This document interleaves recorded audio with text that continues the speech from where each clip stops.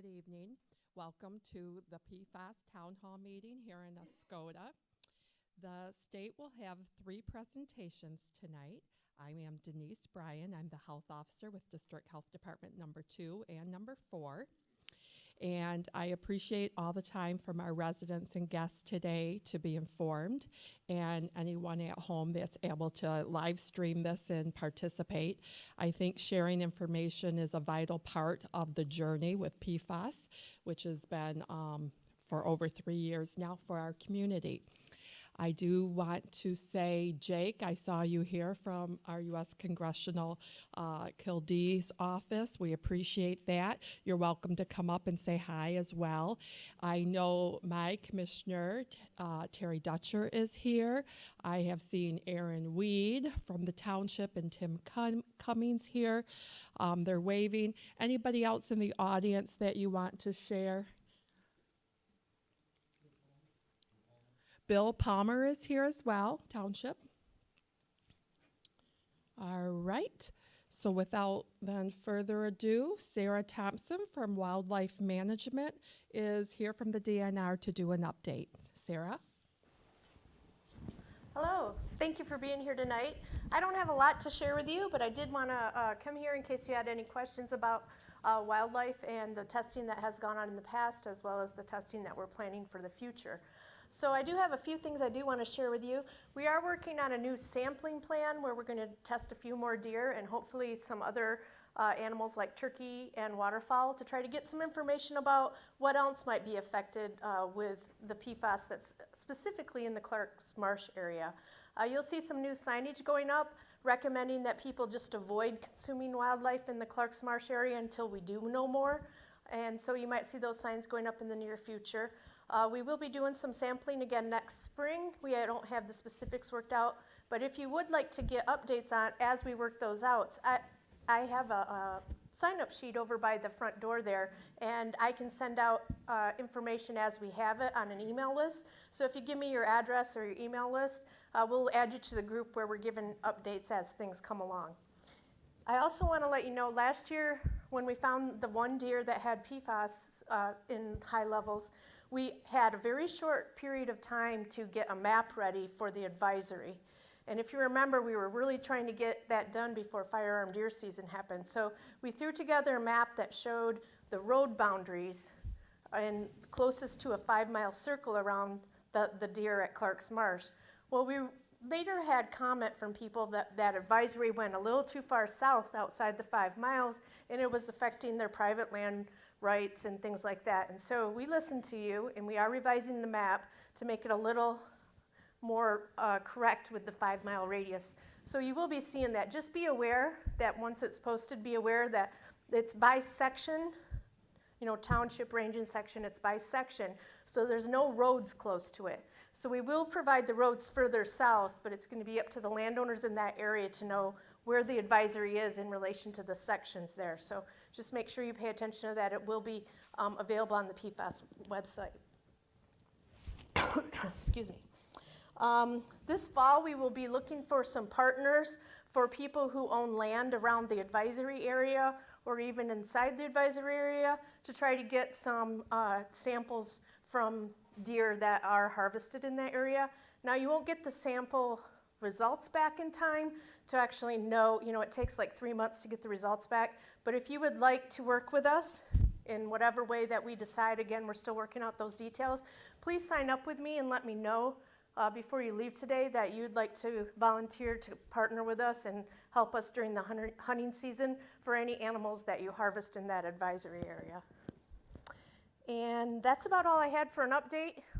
If there's questions, we'll have that during the question and answer period.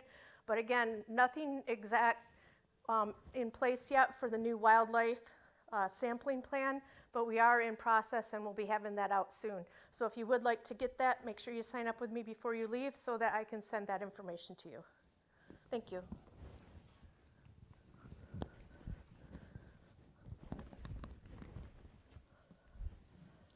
And we'll have plenty of time after the presentations for you to ask questions, and Sarah will be here as well. Our next presenter is Abi Musa, who is a toxicologist with the Michigan Department of Health and Human Services. Good evening, everybody.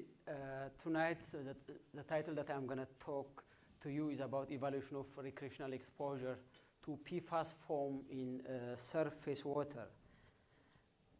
And this is the outline of my talk, just PFAS containing foam background and the evaluation we did, the surface water background and evaluation, and also fish sampling results update. Before going to the detailed step-by-step evaluation that we did for the foam, let me go over the message that has been out from the health department regarding foam. So since September 12, 2017, based on the foam data we got from August 2017, we have been saying that avoid PFAS foam and accidentally swallowing the foam is a major exposure route. And skin contact is a lesser concern. And then toxicologists at Michigan Department of Health and Human Services have done the detailed evaluation, including both ingestion and whole body skin contact to PFAS containing foam during recreational activity. And then based on the evaluation,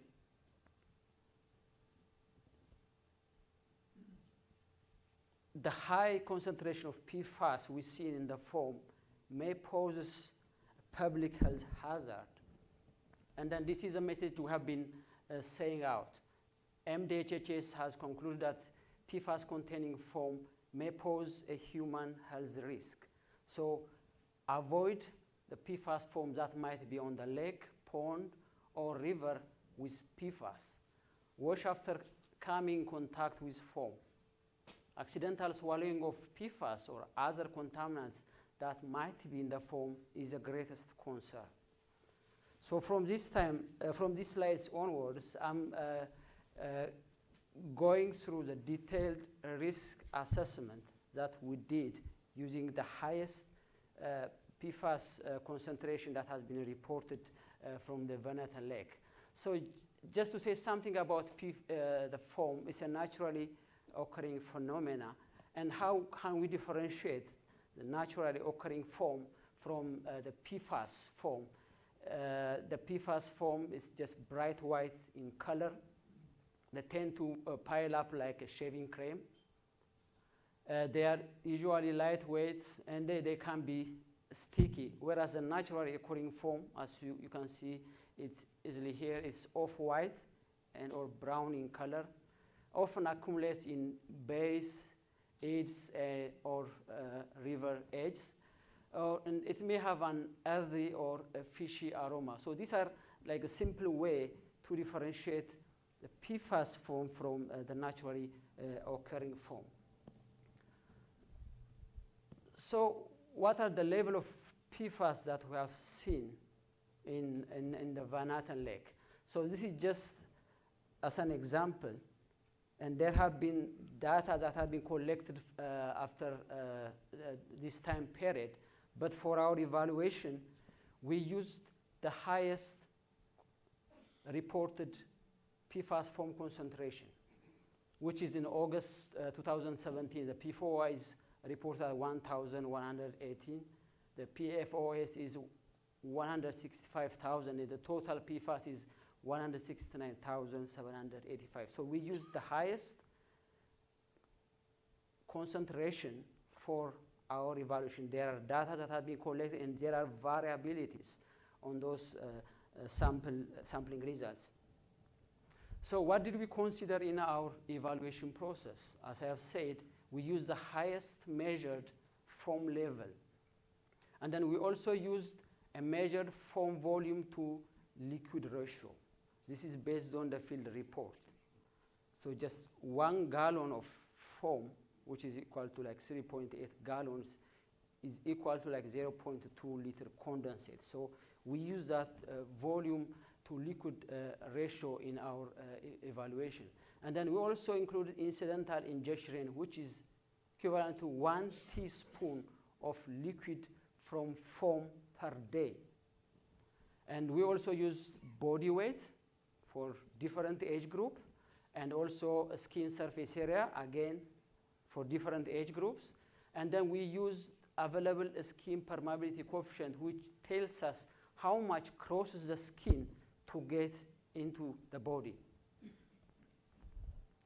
And then the exposure assumption we use in this risk assessment is a child or different age groups and adults spend 2 hours per day, 5 days per week for 3 months during that summer time. And then we considered accidental ingestion and whole body skin contact, so 2 routes. And for dermal exposure, we add an additional 1 hour in the evaluation process just because there is a tendency of the foam to remain in the skin for a relatively longer period of time. So we have considered 3 hours for dermal exposure assumption. And then we use a standard exposure dose equations to calculate the oral exposure dose and the dermal absorbed dose. So using those equations and assumptions,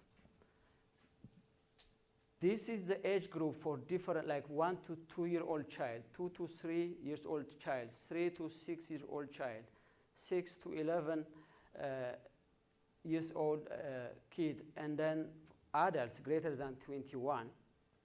And this is a calculated oral exposure dose. And this one is a dermal absorbed dose, which is in nanogram per kilogram per day. And then the total exposure dose, which is the sum of the oral exposure dose plus the dermal exposure dose. So if we see the oral exposure dose, it is much higher than the dermal absorbed dose. And the same holds true for the kids. Like if you see 2 to 3 years old, it's 51, whereas it is for the dermal absorbed is 14. For 3 to 6 years old, the same holds true. So the oral route or accidentally ingesting the foam is a primary health concern. But if there is an extended, recurring, whole body skin contact, we may see a concern. So the total exposure dose is the sum of the oral exposure dose and the dermal absorbed dose. Then what is the next step? So we estimated the total dose that one can be exposed to if they accidentally ingest the foam, or they have been exposed to foam during that summer time in which we use like 2 hours per day, 5 days per week for 12 weeks. Then we need to compare that the total absorbed dose with a minimum risk level, or which is the acceptable daily dose. So what is the minimum risk level, or maybe we can call it acceptable daily dose? It is the amount of chemical that can be ingested daily over a specified period of exposure, below which there is not expected to be an adverse health effect. So CDC, the Agency for Toxic Substance and Disease Registry, has recently come up with a new minimum risk level for PFAS, and that value is 2 nanogram per kilogram per day. So the next evaluation that we did is we compare what an individual absorbed with the minimum risk level for PFAS, or in other words, we take the ratio of the total exposure dose over the MRL, which gives us the hazard quotient. It is the ratio of exposure dose of a substance and the level at which no adverse effects are expected.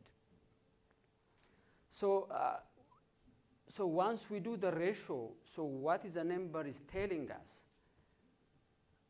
If the total exposure dose is lower than the minimum risk level, then the hazard quotient is going to be less than 1.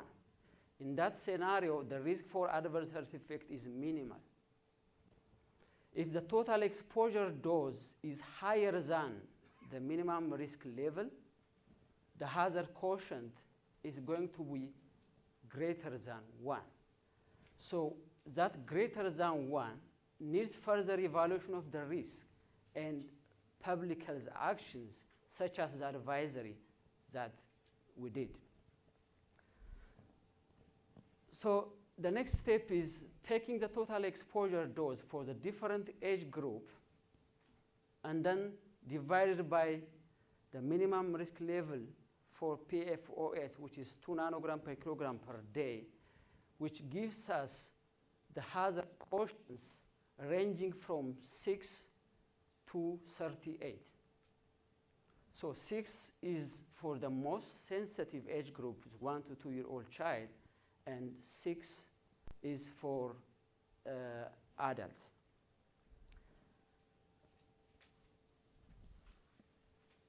So what did we conclude from this evaluation is the hazard quotient for PFOS range from 6 to 38, and that causes the advisory.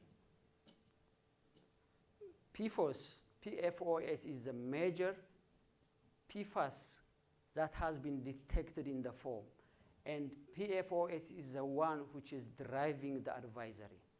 The other analytes, the PFOA, the PFNA, the PFHXS, in which the ATS, they are derived, the MRL, and they are not causing the advisory. So, as I said before, and as I have showed you on the table, accidentally ingesting the foam with high amount of PFAS in the foam continues to be the primary public health concern. Ingestion, accidentally swallowing the foam, is a primary concern. So MDHHS recommends to avoid the foam, which include incidental ingestion and recurring whole body skin contact with PFAS foam. And then we also advise to rinse off foam after contact. So rinse of foam after contact, it will help to avoid accidentally ingesting the foam and also minimize the further dermal uptake.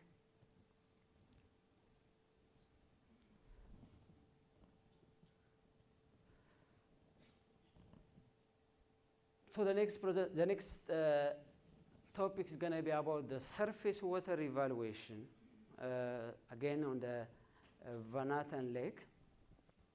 And to give you a background, MDEQ, now Eagle, has been collecting surface water data from the lakes from 2011 through 2018. And the highest we have seen so far from the surface water sampling is the one which is sampled in December 2018. The PFOA of 131, PFOS 497, PFHXS 531, PFNS 3, the total PFAS is almost close to 2,000. So this is the highest concentration we have seen so far. And then for this evaluation, we use again the highest reported so far. And then to show you the location where that particular December 2018 has been sampled, totally they collected 4 surface water and pore water during the 2018 sampling. And then from those 4 points, the one which is the highest is the surface water 1 sample.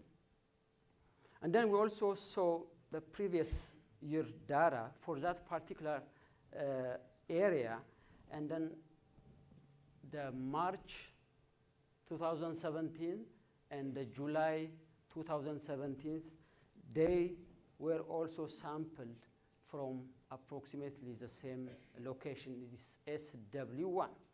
So for our evaluation, we considered the highest reported so far, and also we did evaluation for the July and the March 2017 sample data point, because they collected from the close locations. So as I have mentioned, for the foam evaluation, we use the same approach.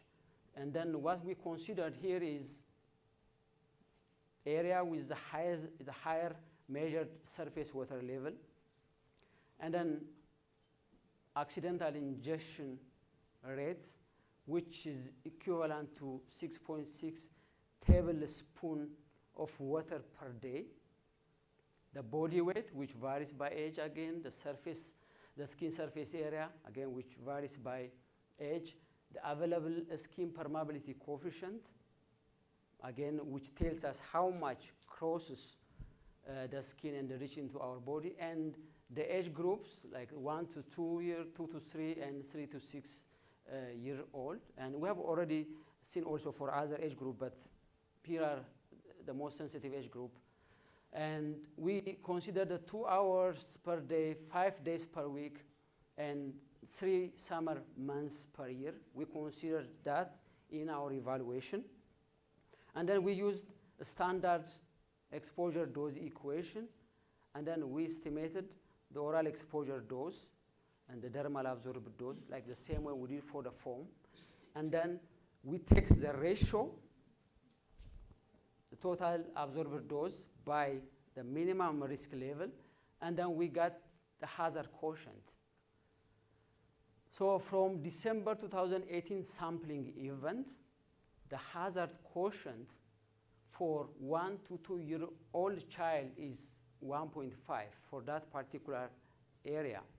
And then for hazard quotient, and for child 2 to 6 year old, the hazard quotient is 1. And from the March 2000 sampling events, the hazard quotient is 1 for the 1 to 2 years old child. And then when you consider July 2017 sampling data, the hazard quotient is less than 1 for all age group. So look the time point that when the sample have been collected, December, March, and July. So what's the conclusion that we came up with this surface water evaluation? The hazard quotient calculated for PFAS for 1 to 2 year old child is less than 2. And this is based on the highest level measured, which is the December 2018 sampling data. And the December is not typically a recreational season month. And incidental ingestion or dermal contact with vanillin PFAS containing later is not an apparent public health hazard to children and adults. And then MDHHA supports additional surface water analysis during the summertime, the recreational season, to more fully characterize the surface water exposure.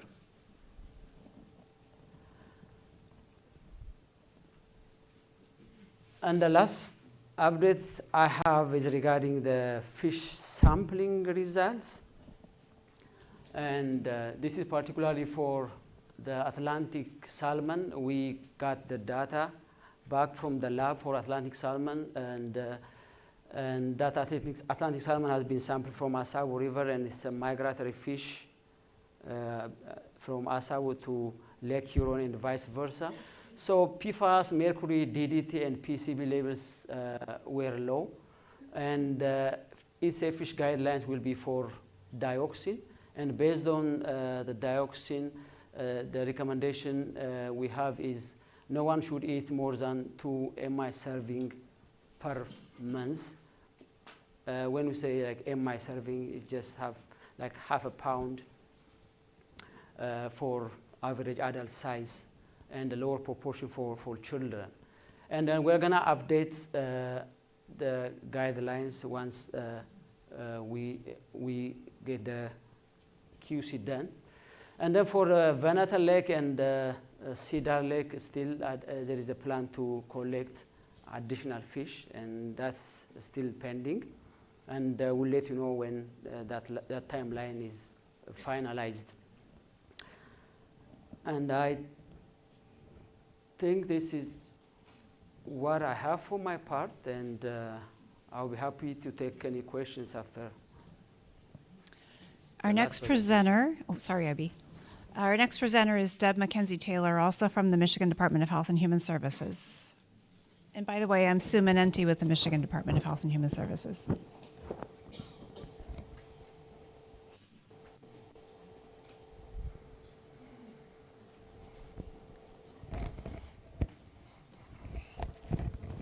For some reason, it's not loading. Here we go.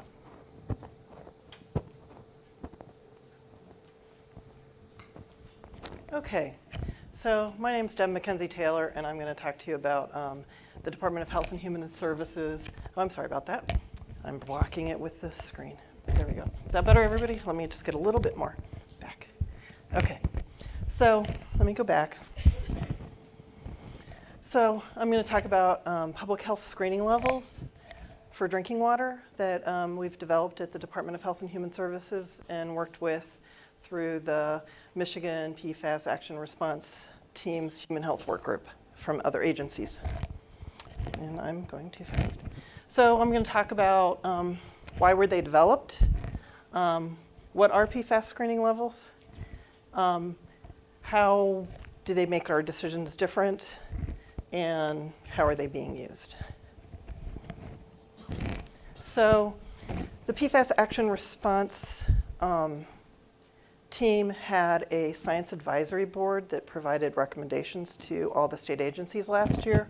And one of their conclusions was that if you look at some of the human data and accept that there's probable links between PFOA exposure and adverse health effects in that human epi data, human epidemiological literature, that you may have critical effects for health risk assessment that make the 70 part per trillion maybe not quite sufficiently protective for PFOA.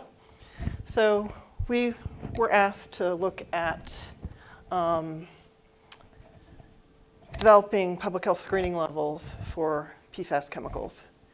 And we had a fairly short timeline to do that. So I'm going to talk about what we did and what we came up with in that short timeline. So these public health screening levels are health-based. They're protective of the most vulnerable populations, which in this case are fetuses and breastfed infants. And because we're protecting for those, we're protecting for formula-fed infants in older age groups as well. We use these numbers to determine if further evaluation regarding PFAS is necessary for these chemicals, and whether there could be public health actions necessary, just like Abhi was talking about with the foam. And they're non-regulatory. So these are numbers that the health departments use to determine what kind of recommendations we're going to provide people. But they're not regulatory numbers that EGLE, formerly known as DEQ, would use. And they are going through a process to develop regulatory values for drinking water. I think they'll talk to you about that at another time. So what are the numbers that we've come up with? So we looked and we decided that there was enough information out there readily available that we could come up with numbers for these 5 PFAS chemicals. You've seen that the 70 part per trillion, lifetime health advisory, groundwater cleanup standard, that's a combination of PFOA and PFOS.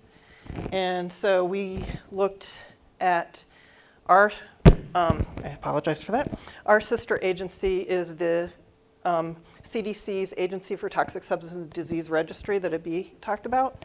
And we looked at what they had come up with minimum risk levels, as Abhi talked about. We also looked at what other states were doing. So we looked at the combination of different things to come up with these values. So I recognize that these values are a lot lower than 70, and I'm going to tell you a little bit about why, okay? So a combination was the MRLs that our sister federal agency, ATSDR, came up with were lower than what was used for the 70 part per trillion. It was a different health study that was used for, or a different toxicity study, animal toxicity study that was used for PFOA. And then ATSDR also considered the fact that there was, as the SAB did, that there was additional data on some adverse effects on the immune system that indicated that maybe the immune system was more sensitive than the endpoint that we were considering for the previous PFOS number. So I'm going to tell you just a little bit about the other thing that, let me go back up. And there was also toxicity values from ATSDR for PFNA and PFHXS. So we used those values as well. For PFBS, we also saw that there was toxicity information and an evaluation done by Minnesota, where there's manufacturing of these chemicals in Minnesota, and they've used data that they had gotten to come up with values for PFBS, and also in their own evaluations for these 4 chemicals. So I'm going to talk a little bit about their evaluation of these other 4 chemicals. So one of the things that Minnesota did was they were doing studies of people that were impacted by releases from 3M, who manufactured these chemicals in Minnesota, and they looked at blood levels. They didn't just look at blood levels in adults, they also looked at cord blood levels, and they looked at breast milk levels for these those 4 chemicals I talked about: PFOA, PFOS, PFNA, and PFHXS. So they had these levels in the mom's blood, in the cord blood at birth, and the breast milk from these same moms and kids. And then they looked at the blood levels in the kids later on. And with that information, they were able to build this, what we call a toxicokinetic model. Big word. What it means is it's a model that predicts what the serum levels will be at different age grade ranges from this data they've collected, and the concentrations from birth through adult life. So we have information that we know that people have this stuff in their body for a long period of time. It takes a certain amount of time for you to eliminate these chemicals. They're not metabolized, they're not broken down in the body, they're excreted. So they go out through your urine. And so, but it takes a long time. They're not easily eliminated from your body. And what we call a half-life is how long it takes you to get half of the chemical in your body out of your body if you're not exposed anymore. And the half-life for many of these chemicals is in the order of years.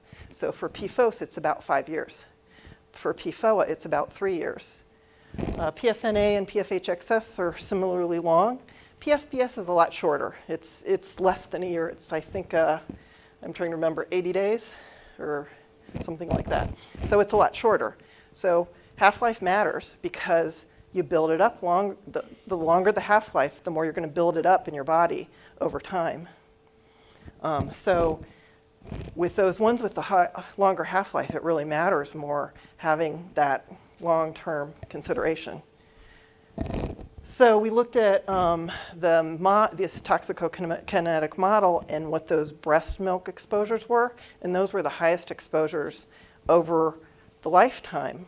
We also know that some of the adverse effects, the health effects we're talking about, that we're most concerned about, are for that fetus and young child. They're more vulnerable to some of these health effects, so we want to make sure we're protecting for them.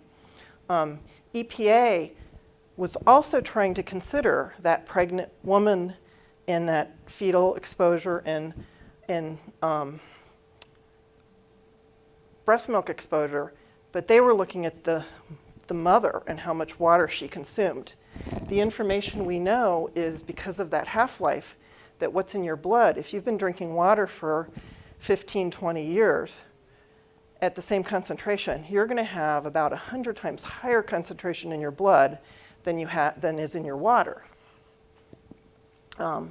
So even though what's in the breast milk isn't as high as in the mom's blood, it's higher than what's in the mom's water. So we're more worried about that infant getting a higher dose. So that's why we used Minnesota's model, and that's why those numbers are lower, because we considered Minnesota's model. There's some other things that were different from the way EPA did it, like they used a relative source contribution. How much of your total dose you've seen. Has everybody here been to these meetings before? So they've seen those blood levels that have come down over time, and that everybody has some. 97% of the people have measurable levels of PFAS in their body.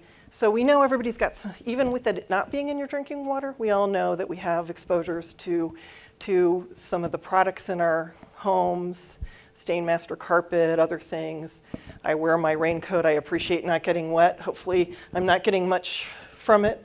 But we all have some exposure. It's come down as some of these chemicals levels have come down as their manufacturing and use of them have been phased out in this country. But we still have some elevated levels. So we all appreciate that we've had these chemicals and been able to use products that make our lives easier with these chemicals. And we have the legacy exposure to these chemicals. So, but there's higher exposures in places where there's these high releases, and we recognize that, and we want to protect for that. So, as I said, it's considering what's in the mom's blood, what gets into the fetus from the placenta, and the blood through the placenta, and measured that in that cord blood at birth, and then we measured the mom's, or I should say Minnesota, I'm going to give them the credit because they did it. And then they measured the breast milk levels and then assumed that the infant would nurse for a year. And that's what we used in developing these numbers. Okay, so what does this mean for how we're evaluating data? So I think a lot of you know that we haven't just been basing, is somebody going to get water only above 70 part per trillion? We're looking at, what do we know about the source? Do we know where the water's going from the source, where the groundwater's going? How much do we know about it? So if we see high levels in the groundwater and you're down gradient or in proximity to that groundwater, and we know the groundwater's flowing toward your well, we're going to be a lot more concerned about whether it could get to your well, even if your well isn't above 70 right now. So we've been taking those precautions to make sure that that people are getting filters or alternate water when we see detectable levels in most cases. What do we use when we evaluate that? I said, we don't just use the numbers. We have some more numbers. This is going to help us a little more in evaluating risk. But we also, as I said, look at that site-specific information. As Abby talked about the surface water, the site-specific information was the highest levels were in December when there was ice on the lake, the warm groundwater's coming up that's been impacted by the release from the Air Force Base, and it's not mixing as much because you've got ice. And are those really conditions that somebody would have when they're swimming in the lake in the summer? So that was part of the thinking that went into those recommendations, even though there was a slight over 1.5, because that was in December and we had those unusual conditions that you wouldn't get in the summer. We didn't think that we wanted to put an advisory on that part of the lake with that one time a year that didn't represent when people were swimming. So those are the kind of things we take into consideration. So I think we'll let Sue and Denise take questions. Yeah, Deb and Abby and Sarah and Denise too, if you'd like to come up and sit at the table, we'll have a panel here for you to ask your questions to. So if you do have a question, as JD mentioned, come on up to the microphone. We want to hear what your question is. Speak loudly into the microphone. We'll wait a second.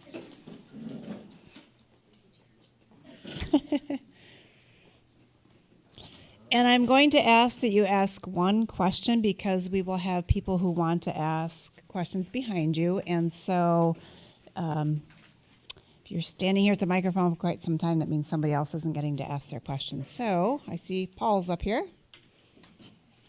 Go for it, Paul. Okay, thank you.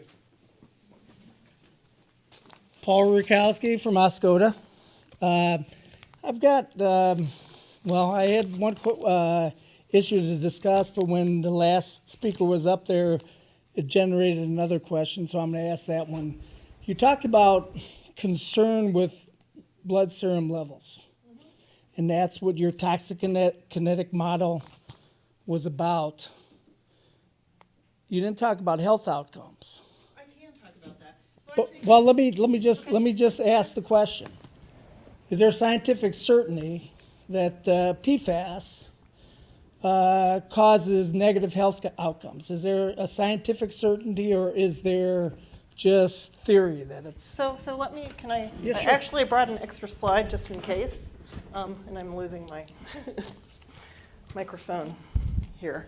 So I brought an extra slide because, again, I didn't know, I figured most of you guys have been through this before, and I didn't know if there was someone who hadn't been here and hadn't heard those kind of health effects. So let me, okay, so here, if you can see the slide. So we do have some associations, as I said, there's been some studies where there's high levels in people's drinking water. Some of it is in the two places where there was manufacturing of these chemicals, and the place that we have the most data is in West Virginia and Southern Ohio. There was manufacturing in West Virginia that had releases that impacted 149,000 people's drinking water, many different public water supplies, and they saw associations.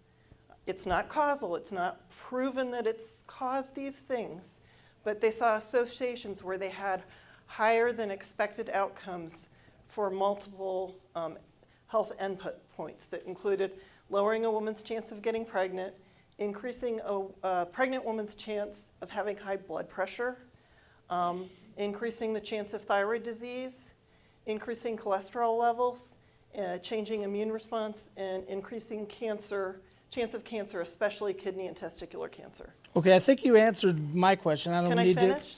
to. Okay. Okay, so we also have animal data.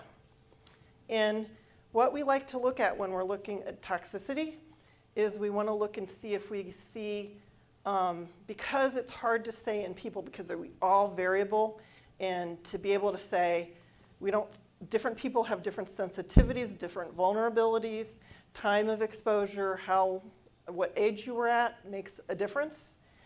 We look at the animal data where we've got all that controlled so that we can control and look at whether we're seeing increased health effects in the animals. And when we see human data and animal data that we see the same type of health effects, it gives us a better understanding that maybe these health effects are really occurring from this chemical. And in this case, as you can see, we're seeing some of the same effects. We're seeing changing immune response in humans and immune effects in the animals. We're seeing increased chance of cancer, especially kidney and testicular. In the animals, we're seeing liver, testicular. We're seeing testicular in both of them. We're seeing reproductive effects in the animal and lowering a chance of women getting pregnant. So we're seeing some of the same effects. The thyroid effect is the same. We've seen cholesterol levels in some of the animal studies. So we are seeing the same kind of effects. And when we see something like that, we consider it concordance. And then that's evidence that these effects may be real. Yeah, and so what I heard you say was maybe, and I also heard you say there is no certainty that they cause these, only an association, which means it's a theory that it might cause these effects. Do I have that about right? So yes, it is a theory, but we have supporting evidence from the animal studies. Well, you also have it from Minnesota too, don't you, where they did a huge scientific study of people to find out health effects, and there was no, they could not come to a conclusion that the PFAS was causing negative health effects, is what I understood by reading that study in Minnesota. So they saw associations just like this, but it's really hard to see causal health effects in people because people have other chemical exposures, Right. and the variability, especially some of these types of effects. I mean, we're all watching our cholesterol levels, so to be able to see a little bit of a signal out of very wide range of cholesterol levels is hard to see in people. So that's why we also look to the animal studies to see if that's, there's that, the same type of signal, same type of health effect, and that we're seeing the same type of health effects in the animals. Thank you. Yeah, and my point was just, it's theory.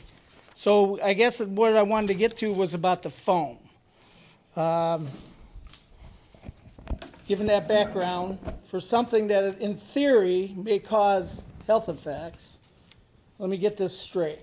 And I saw, Abby, you had your slides up there and you took the ingestion and the dermal contact together and then you evaluated them.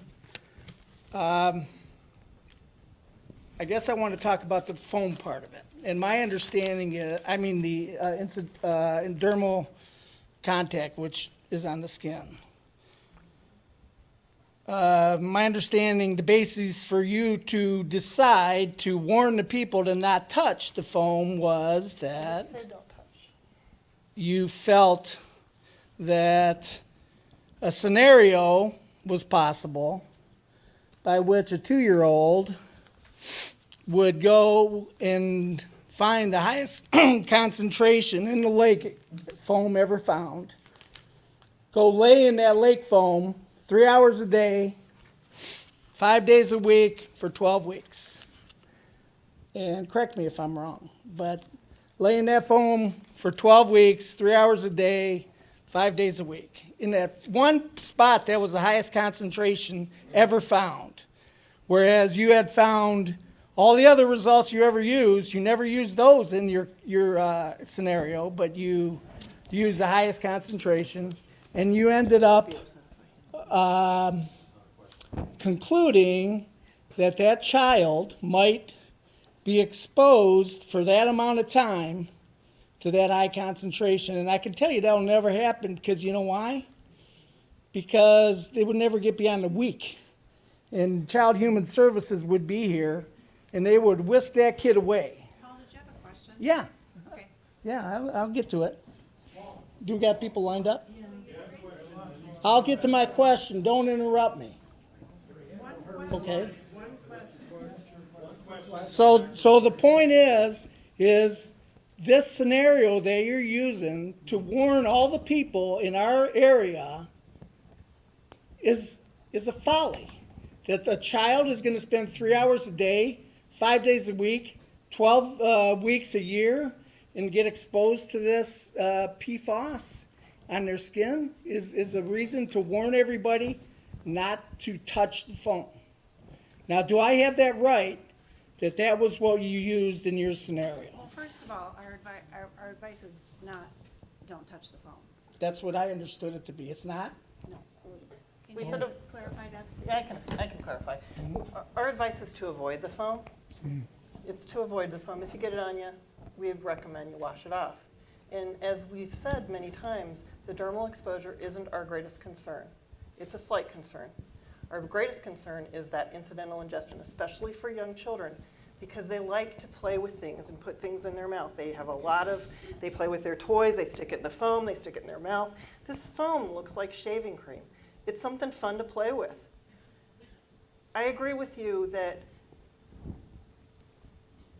we aren't trying to protect the average kid. We're trying to protect the kid that's going to play the most out on the beach and is going to want to play with that foam. And we're trying to let the parents know that they should try to keep their kids away from the foam. Well, maybe that's your intent, but that's not what's being heard. The So- week after you put out that warning, the MLive produced an article that said Van Etten Lake is unsafe to swim in. And I'm telling you what, I live on a lake. There's one boat fishing in that lake this year so far. There's usually dozens. And it's not because you're warning, because you're not warning not to eat the fish. It's because of the perception you're creating that that lake is toxic. Don't get in it. Don't, don't fish So in have you it. heard us say that tonight? don't say that. No. No, have you heard us No, say I that know you tonight? haven't said Okay, that. so can we I'm control what concerned the- about I just wanna ask- about the can I- perception and can I just ask that. my question? Yeah. Can we control what the media does with our message?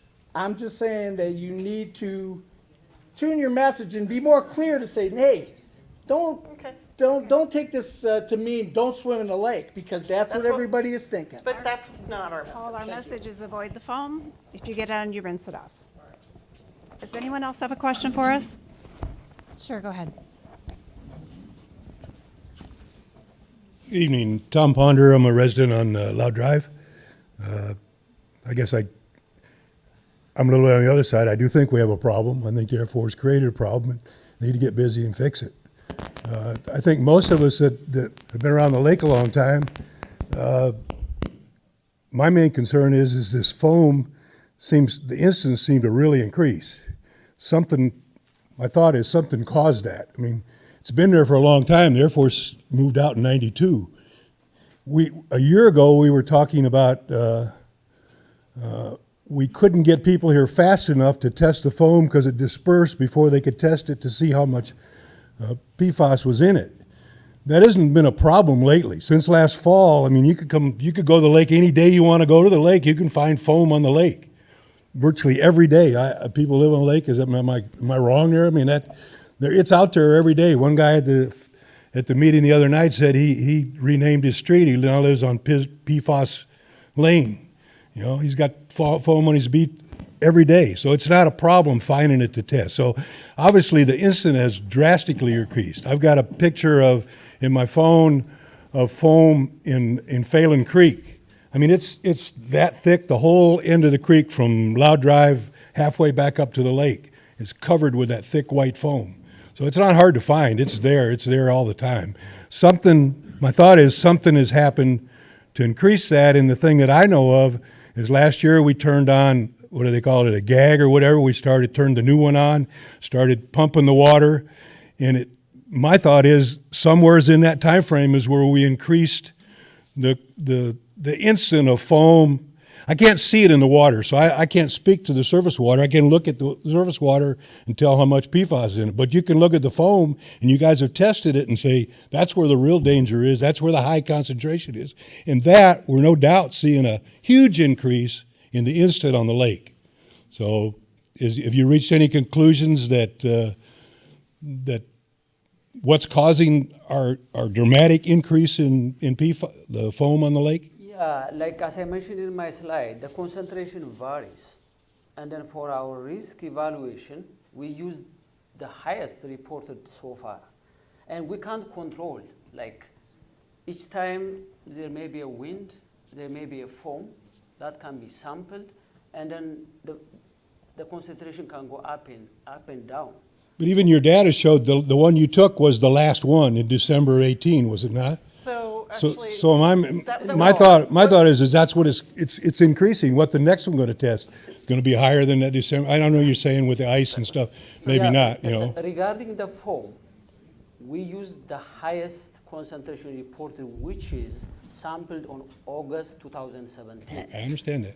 For the surface water, there has been data collected from 2011 up to 2018. In 2018 December, that is the highest we have seen so far in the surface water. And then from that particular area, we use that highest surface concentration, and then we do our risk assessment. I agree, but that Yeah. shows it's doing this, and that's my concern. It's doing this. Yeah, but You know, what's it going to be a year from now? Can I add something? Thank you for your comments. I really appreciate that. I would just like to add that we're with the State Health Department. We're the Michigan Department of Health and Human Services. We're not the regulatory agency. That is a very good question, and I would ask that of Eagle at their next meeting, which they'll be scheduling coming up. But yes, please hang on to that question because that is a very good one. It just doesn't fall to us. That's work that Eagle does. Come on. I'm Jean Lauber, and I live on Van Etten Lake. And I want to, first of all, express my appreciation for people that are really using science to study this. And I'm glad that you have very conservative numbers, that you're looking at extremes of touch on your skin or ingestion, because that's important for all of us to know. Comment. My question has to do with your research that you've done. I'm wondering if the parameters that have been set, if you had input in setting those, or were they forced upon you by another agency? Or not necessarily an agency, but the numbers. You know, like So what goes into our equations? Mhm, So like right. how When long? when you set your equations, were you allowed the freedom to set your own parameters? So there is some standard based on data. So there's something called EPA's Exposure Factors Handbook, where they look at all of the exposure data around on a single thing like recreational exposure. What's the time that people typically play in a lake or a river? And what we use is we're trying to do is develop something that we call a reasonable maximum exposure, because we don't want to just protect the average person. We want to protect the majority of the population that could be engaging in that activity. So we look at that, and they have estimates of, based on data, of what kind of range of values we could be using. And there's average values, there's high-end values, and we use a mixture of average and high-end values. Some of the things that we use on average are body weight for that age group. And some of the high-end will be those more critical things like an ingestion rate. So if you think about it, some kids, as we said, young kids tend to have more hand-to-mouth activity. They will play with their toys and then stick them in their mouth or put their hands in their mouth. So if you noticed when Abby had that table up, that dose was really high for the youngest kids, and it dropped as the kids got older because that hand-to-mouth activity is less. So we are using that kind of data. We are looking at mostly either Agency for Toxic Substance and Disease Registry, other states, and we are evaluating the data ourselves and choosing which data we agree is appropriate and putting those into our equations. So you have the freedom to choose that. It's not And foisted upon you. let me show you one other slide I have just to represent that point. Because this is something that comes up frequently. Let me go to it. Here we go. So this is a slide showing for PFAS, different agencies have different input parameters, different numbers. So remember I talked about that relative source contribution, how much of it is coming from your drinking water? Actually I'm going to grab this pointer because that'll help me. Thank you. If you look, there's different assumptions. As I said, EPA for the Lifetime Health Advisory used 20%. ATSDR has something called Environmental Media Evaluation Guides. We didn't go straight with those. We looked around. We found Minnesota's Toxicologist model. We thought that was the best way for us to do that. So we used that. We looked at what is that NHANES data, the one that you've seen those blood levels that have come down. That is national blood data that's been looked at from 2000 through now 2015. And you've probably seen a slide that goes from 2000 to 2014. We looked at that data and we decided for most of these chemicals, a 50% relative source contribution was adequately protective. Most of them, we're talking, if we just subtracted it, it's in the 80 to 90%. PFAS was one where it was closer to 50%, just because it was so high to begin with and it's coming down, but it hasn't come down enough yet. So we looked at all of this. And as you can see, everybody's got different assumptions and they result in different numbers. So some of them use ATSDR's MRL like we did. Minnesota used their own. New Jersey used their own. New Jersey used a 20%. Minnesota used a split between 50 and 20% for 50% for an infant, 20% for an adult, because they're still up there coming down, because they had that exposure in the past. And as I said, it stays in your body a long time. That infant, the amount has come down. So we looked at all of this and we chose our own numbers. Okay, thank you very much. Mm-hmm.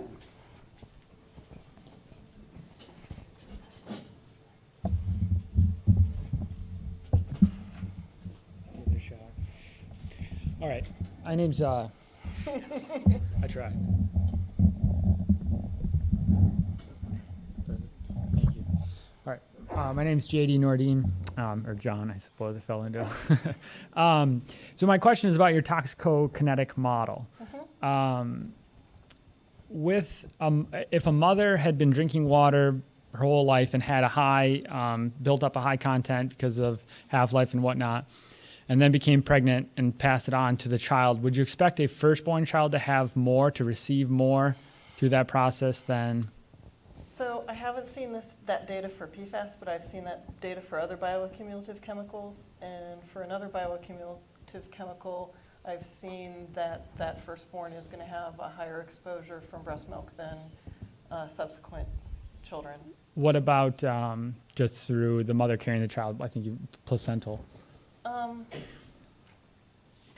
So if you're losing some of your, and I'm talking, this is why I'm saying that not for PFAS. So PFAS is different. Most of the bioaccumulative chemicals that we look at are that they like to go into fat, and breast milk has a lot of fat in it. Okay. So I don't know if that's going to be the case for PFAS chemicals, because they don't like fat. They like to be in water at the air surface. Okay. So I don't know if it would be the same for those. So I don't know if subsequent kids would have lower. Okay. And you're speaking cord mostly blood, about the breast milk. the breast milk and the cord blood. And the cord blood. With those bioaccumulative chemicals that like to be in the fat, I've seen, I'm talking dioxins, okay?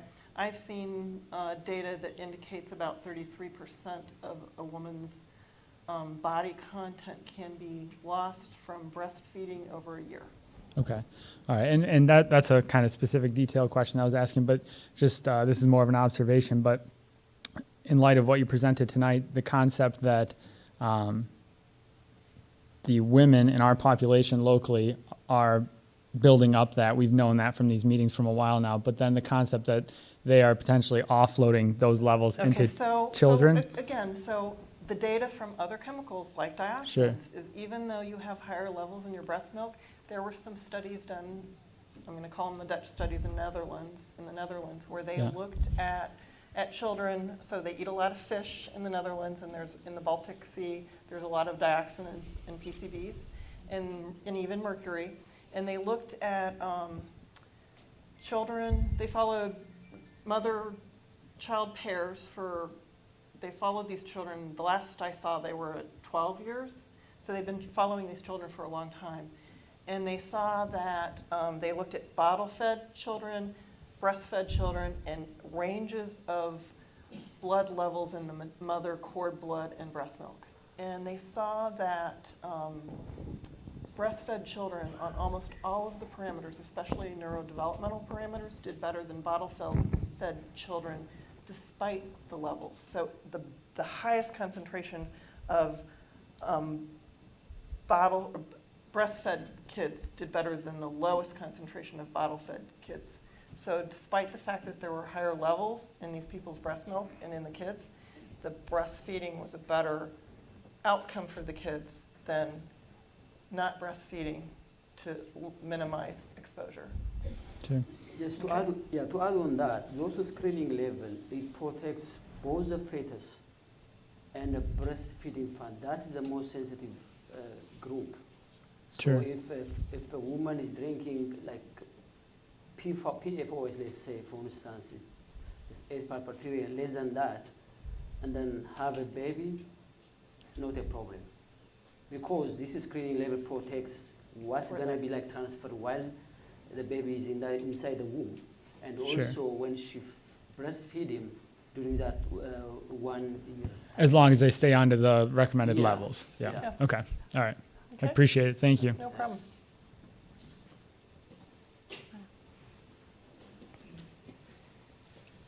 Hi, good evening. I'm Victoria Targos, Loud Drive. First of all, thanks for doing this. This is really important work, and a lot of us appreciate that. I have a layman's question. I'm going to put myself out there and embarrass myself.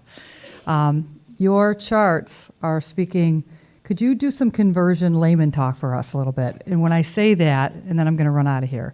There's NG/kg. So I'm talking nanograms versus kilograms. Yeah, Could you put that into layman's terms for this group? What does that mean, like in ounces or in a handful? Or could you? And that's all I would, if you could, just to help this audience and me. We tried Thank to you. do that with some of the incidental ingestion, so that Right. we could put that in. Okay, But thank you. We'll try to do better next time.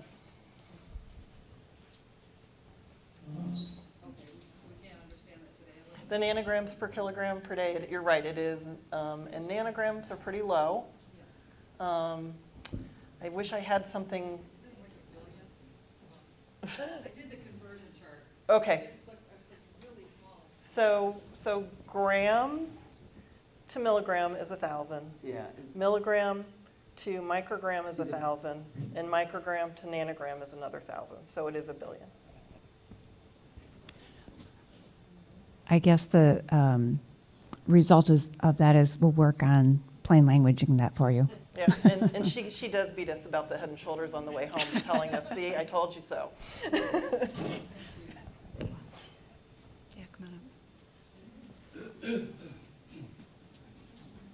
How you doing? I'm Bill Spitz. Have a cabin on this lake on Lake Vedetton.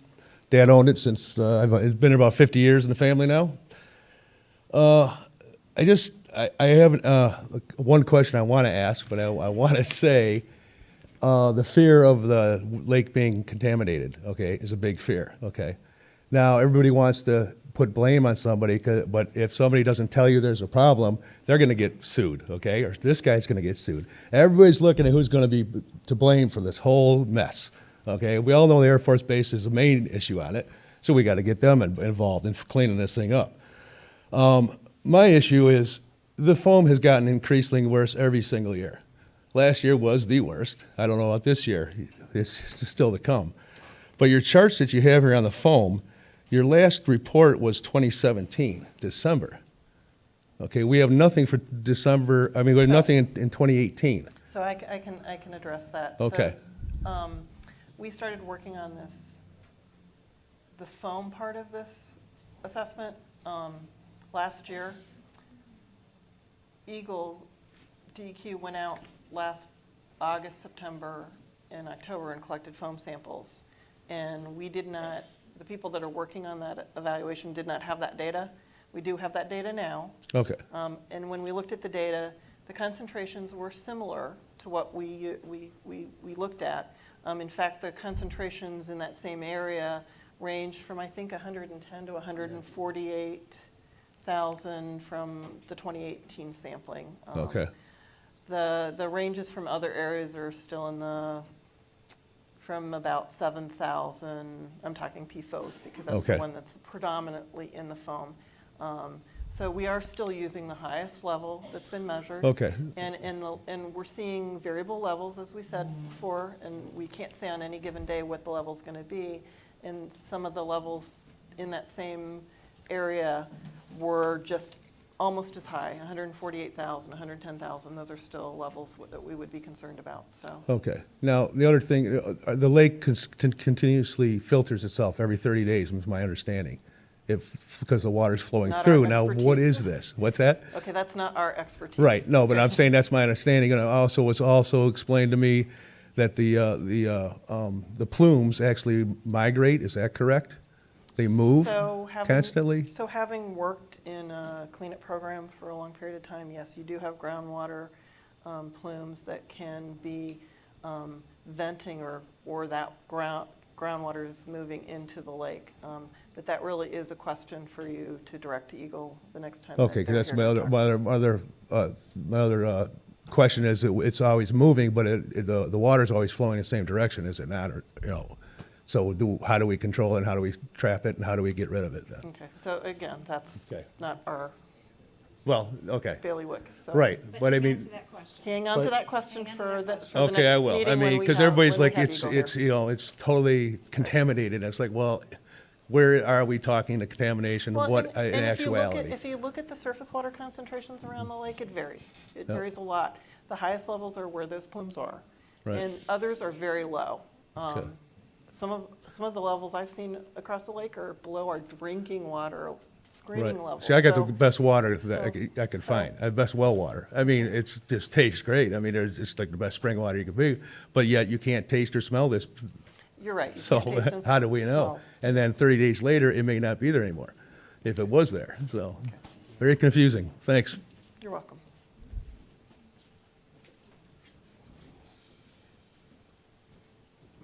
Hi, Tony Spaniola, Loud Drive. I have two questions, but I'll just ask one and then maybe get back in line and ask the second. But the first, I just want some clarification. When you're talking about hazard quotients, they're 38, 33, down to 6.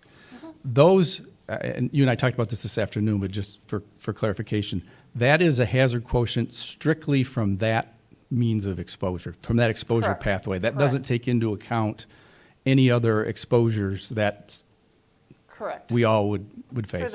For this evaluation, because, I mean, when we're talking drinking water, that's something everyone does, and you're gonna have varying exposures. People are gonna recreate on the lake at different amounts. They're gonna People are fish, gonna eat sure. fish at different amounts, so it's really hard to take that part into consideration in evaluating these kind of recreational choice exposures. Everybody drinks water. Another thing that we all do is we breathe air. So those are the two exposure pathways that we normally are going to consider other things. For these, because they're a little more variable, we have not taken that in, and because we're looking for that maximum reasonable exposure, as some people think are extreme unreasonable exposures, we felt we were being protective in our advice. Thank you. You're welcome.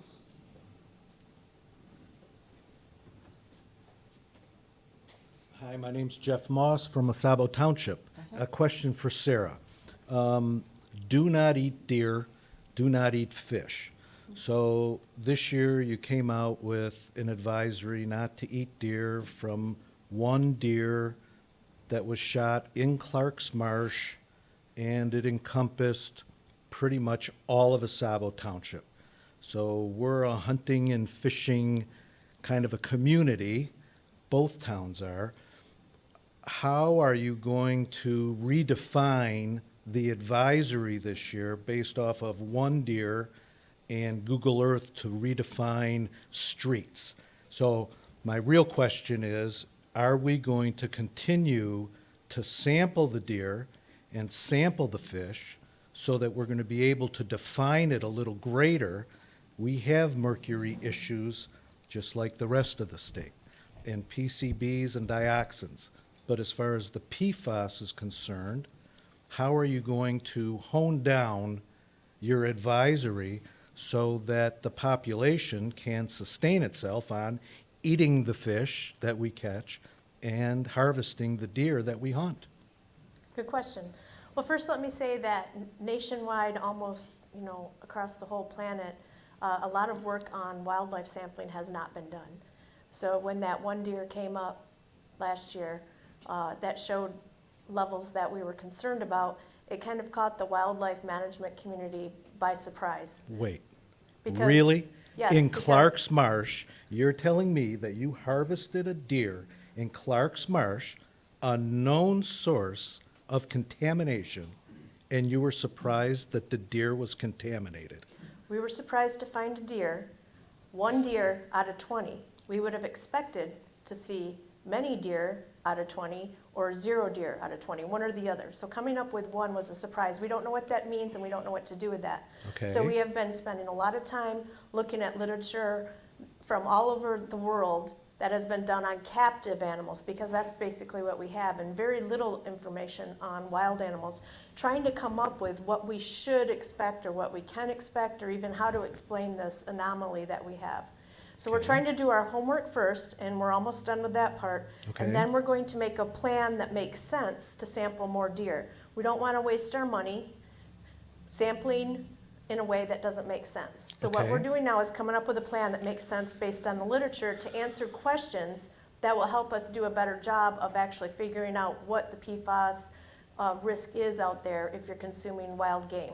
And so that's what we're doing. So right now, Okay. we want to sample more deer Okay. in this coming spring, so that, because we sampled deer in the spring before, we want to sample deer in the spring for 3 years, multiple times before we can lift up the advisory, because that's just how, maybe you guys could say how the toxicology Yeah. works, but from advice from them, if you want to tell Yeah. them how the advice is from you So, guys. so just like fish, we want to have multiple years to show that things have changed over a long period of time. You can have, as you know, you can have a weird season, a weird weather, a lot of rain or something, and you want to make sure that it's not just A fluke? a fluke. Okay, but Exactly. So, on- so you want to look at it multiple times and make sure that you're actually seeing a trend, or you're seeing, with one deer, it's really hard to say whether there's a trend or not. That's why But this if you makes go this such a off challenge. of how your testing has gone so far, it's on a 3-year cycle or a 5-year cycle for the fish testing. Is that, what is the, It varies. It's, Collecting fish more frequently from Bennett and Lake now. And Sarah's just mentioned okay, they're going to be collecting. But- Well, and also, but- every species Is is different different, and right. how they No, I got it. So- metabolize this. And so what we need to do is we need to build the basis first, and that's what we're doing. okay, And then what we're going to do is we'll develop some questions that we want to answer. And then we'll develop the testing scheme to answer those questions, because every time we do a test, we add information. There's way more we don't know than what we do know. So Got we it. want to be purposeful. But there's other species that people are consuming out of, the marsh that might be Correct. consuming waterfowl, turkey, muskrat, beaver, things like that. So we have to come up with a plan for all of those wildlife and then do what we can to sample those. So it's going to be a story problem that's going to take years, that can't be done just this year. well, we're used to things taking years here, that's not an issue, okay, right? I mean, but the communication level with Oscoda Township, for instance, and I can only speak to that, is we request that you communicate with us in a stronger manner to know when you're harvesting, getting results sooner than a couple weeks before the hunting season begins. It created a lot of a mess last year Well, let me and talk to that continues just to a do minute so. about the past and then the future. Okay? We realized the results came in right before the hunting season. Correct. We can't really help it that came in right then. We tried the I'll best we can. disagree with you, We- only because when Chris said that she was going to do this, it was timed so that the results would come in around September or October. That's correct, but what I'm saying And the is hunting still the season is starts still in November. Correct. Well, but you could have tested sooner. My re- We have quite a lot, so can we get Sure. Sarah's answer? So what my I'm request saying is stronger again, communication. So, That's and I all. hear that message. That's all. So now moving forward, we're developing a communications plan that will be much Okay. better, exactly what Great. you're asking about. Okay. And we realized that communications weren't ideal last year. So I want to say that we do realize it wasn't ideal, and we apologize for that. And even this year, the reason I'm here is to communicate. We don't really have anything new, but I'm here in case someone needs to hear what we do know. And so that's why Got I'm it. here today. So- And this fall, like I said, we're about to make decisions on what we're going to do this fall, but I don't know exactly who to communicate that up to. So if you want that communication, give me your communication information so that I can reach more people. No problem. Tammy has that. I'd be happy to give you emails. If you've already given us that Township. information like you That have, from- we already yeah, have that that. But if information there's is anybody there. new in the audience. Okay, thank you. And you can always update local public health, and we can get it out to Okay. And I just want to give a plug to Sarah's sign-in sheet if you want to contribute samples of your deer that you harvest next fall, is it? This coming fall, and then also if you're a turkey hunter, we're trying to determine how we might sample turkeys. So if you're a turkey hunter inside the advisory area, we'd like to talk to you to get some ideas on how we might sample those. So see Sarah's sign-up sheet and Sarah.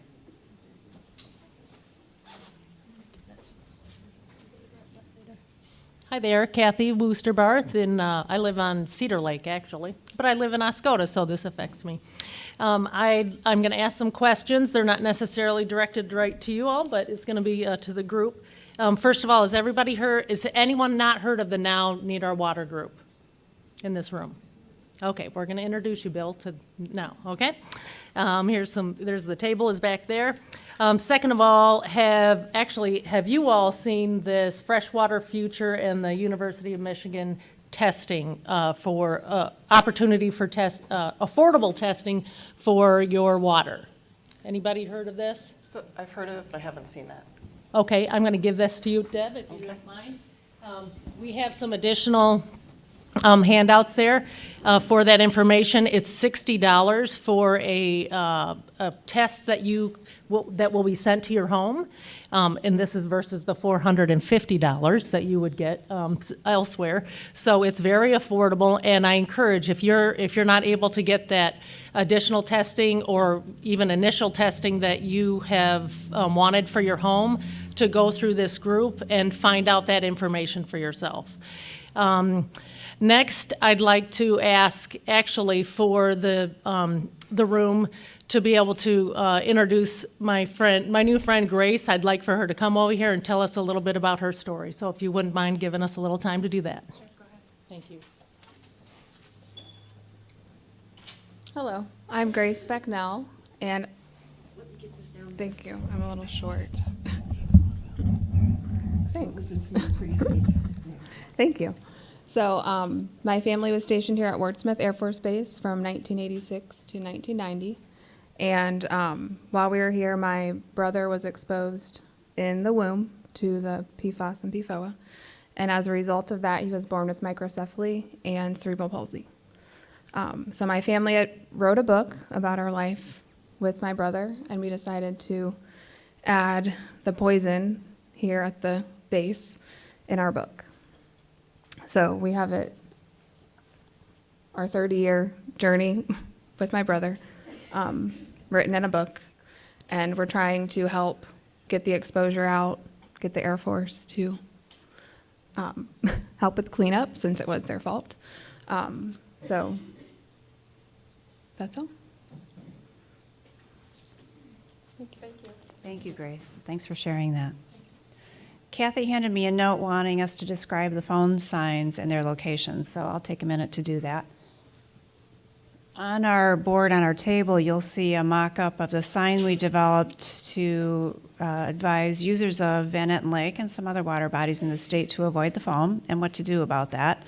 So avoid the foam, rinse it off if you get it on you, take a shower at the end of the day. We also recommend that that you don't let your pets drink the water. And the concern, again, is swallowing the PFAS. It's not that they're going to get it on their fur or their skin. It's that dogs will lick their fur and then they'll be swallowing the PFAS. So we developed those signs in collaboration with 6 or 7 other health departments who also have PFAS foam advisories in their area. It's not just here, it's other locations in the state. And work through the design of that sign. There are temporary signs now posted. District 2 Health Department posted those today at Ratliff Park and also provided some to the campground, Corey, is that correct? Okay, to the DNR campground. And the signs are in order and they'll be shipped here hopefully sometime this week, the permanent signs, so those will be posted. Again, it's not just here. There are other locations around the state that have foam advisories, and we're working with those health departments. Yeah, I think that's what we have to offer about the signs. Tony?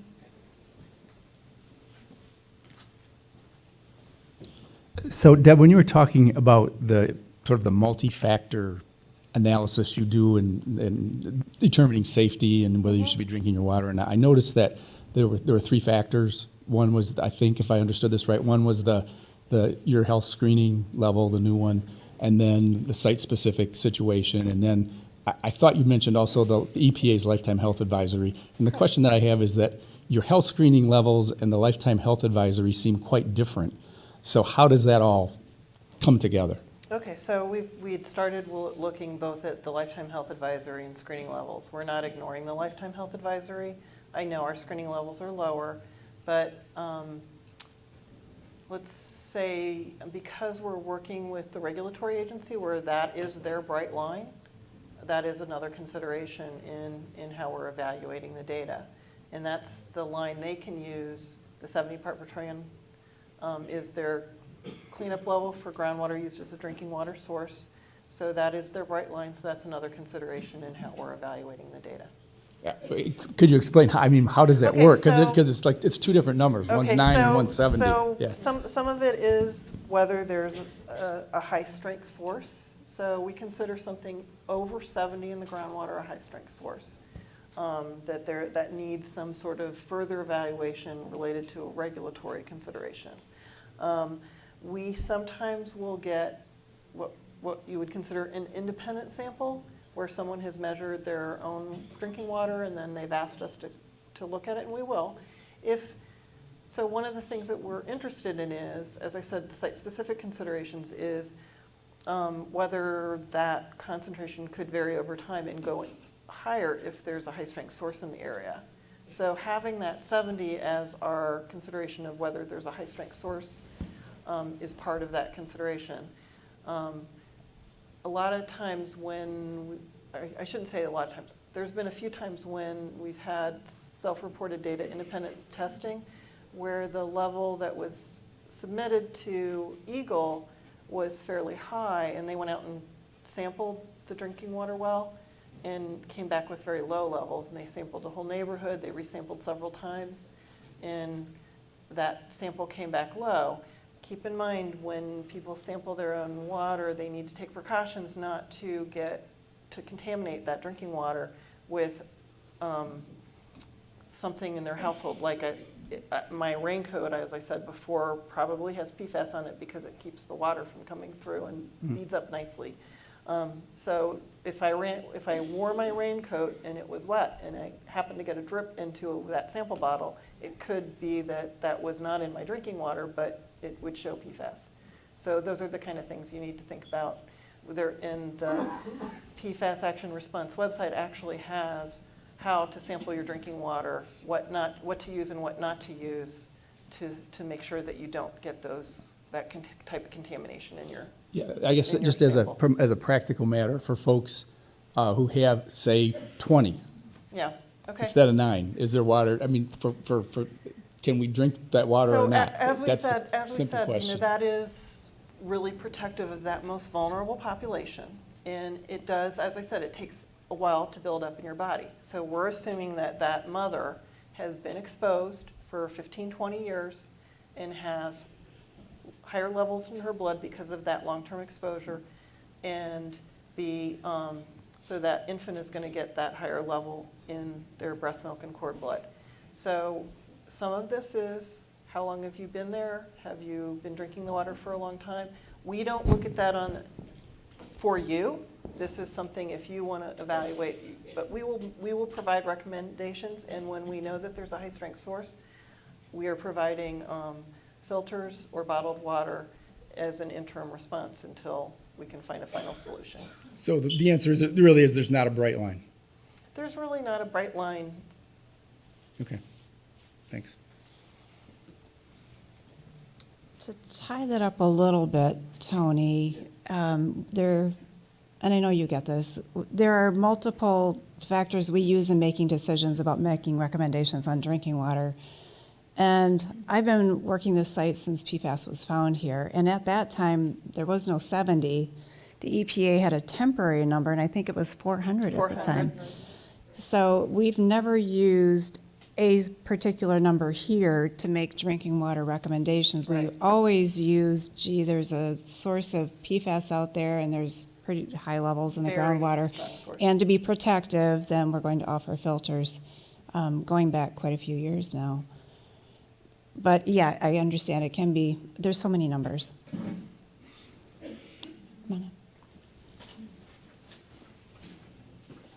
Hi, Jim Wagner, Loud Drive. I just wanted to ask, is there any correlation between the amount of rainfall that occurs before you do the surface testing on the lake? So would that increase the amount of seepage at certain times, or? I don't know the answer to that question. That's not our area of expertise, but maybe when Eagle's here, that they might know that. I don't know if they will know that or not, but that's Another, something we can I have one more question about the deer. Was the actual deer that tested positive shot in Clark's Marsh? I read online that it was shot about 2.5 miles southeast of the marsh.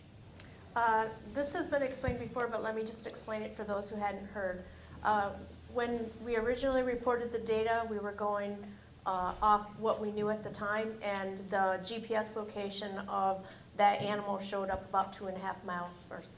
Then when we were writing the report, we were going over the data sheets again, making sure everything was right, and we found a typo. And so we were like, okay, so which one of these is right? It was someone's handwritten GPS location in the field where they shot the deer, and one person read it as one number, another person read it as a 9.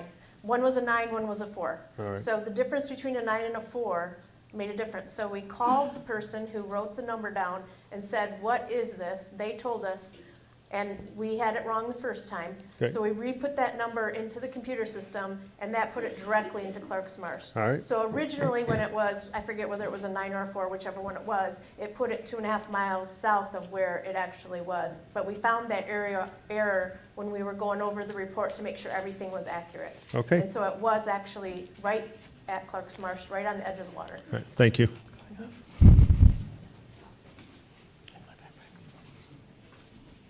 Paul Rakowski, Oscoda, in case you didn't get it the first time. It's about deer, my question. And by the way, is that report available that can be downloaded? It's online now? It's on the PFAS Action Response website. Okay. Okay, you said you got the one deer out of 20 that surprised you. When you start getting more data and it doesn't show any more high levels of PFAS in deer, are you going to get rid of the advisory to not eat deer?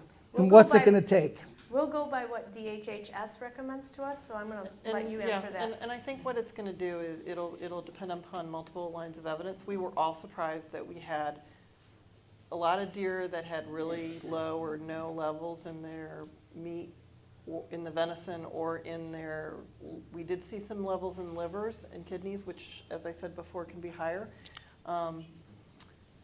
Even other than that deer, we saw some levels, and we saw higher levels in the Oscoda area in the livers and kidneys. We recommend against eating organ meat, period, just because they tend to have high levels of contaminants in them. It's going to probably be multiple lines of evidence looking at other wildlife in the area and whether if there's been changes that may decrease that exposure to the deer. And as Sarah said, this is something new. Nobody else has looked at this. We looked at 4 total areas, 3 other areas like Oscoda that have high levels. Oscoda does have the highest water levels in Clark's Marsh. So we weren't surprised that if we did see something, it was here, but we didn't see it elsewhere. We did, as I said, see some liver and kidney also in some other areas, but not as high as some of the deer we saw here. So I think it's going to be several things that we're going to look at before we make that decision. And it's early on for us to even know how long it's going to take a deer to lose the PFAS. So in effect, you're saying that even if you get a lot of data that suggests it's not there, it doesn't necessarily mean it's going to change. So one of the things I know, there's been concerns at how long it took. They wanted to make darn sure that that was real data. They reanalyzed that data. They took another sample, reran it. They waited until they had the liver and kidney data to make sure that that was real, a real data point. So we were very sure that it was a real data point, and it did take a little more time to get all that analytical and be very sure of that data. Okay, and just one comment real quick about the guy who was up here and said the foam is getting worse and, it's all over the lake. I just want to, I live on the lake. I've been living there for 10 years, work from home all the time, and so I see the lake all the time. This notion that there's foam on that lake and it's getting worse all the time is not necessarily the case everywhere. Where I live, I've seen it once in my lifetime. And that's a fact. So I'm just relating that it's not, one person's perception is not necessarily the same as where it is around the whole lake. Come to the northwest corner. Let me know. Drive a boat over there. Do we have any more questions? No more questions? Well, I would like to thank all of you, many of you, for coming again and again and again to these meetings. We really appreciate your time, your attention, your questions. You have our contact information. If you don't have our contact information, feel free to ask us for it. We're happy to give it to you. Call us with questions. We're here to answer them for you. So thank you once again, and I'm sure we'll see you in the near future. Good evening.